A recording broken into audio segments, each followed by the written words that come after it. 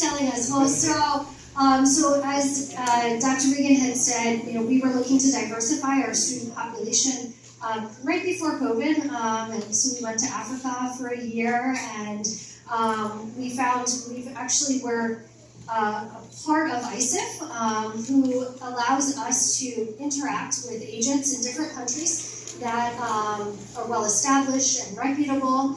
And so we were actually in Vietnam right before this, and Alito has been telling us for years, you should come to the Philippines. There's great students and great families. And again, we have so many of our current students who are Filipino. So you'll see Maria, oh, there she is, see, right on cue. So Maria's family is from Cebu, and so her family, same thing, has been saying, like, you should go to the Philippines. There's great families, great students there.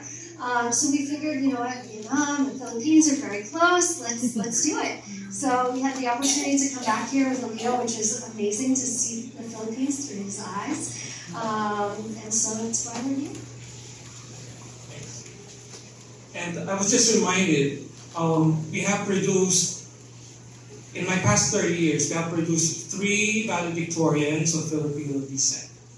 Tonette Valencia went to the University of Pennsylvania. It's an Ivy League school.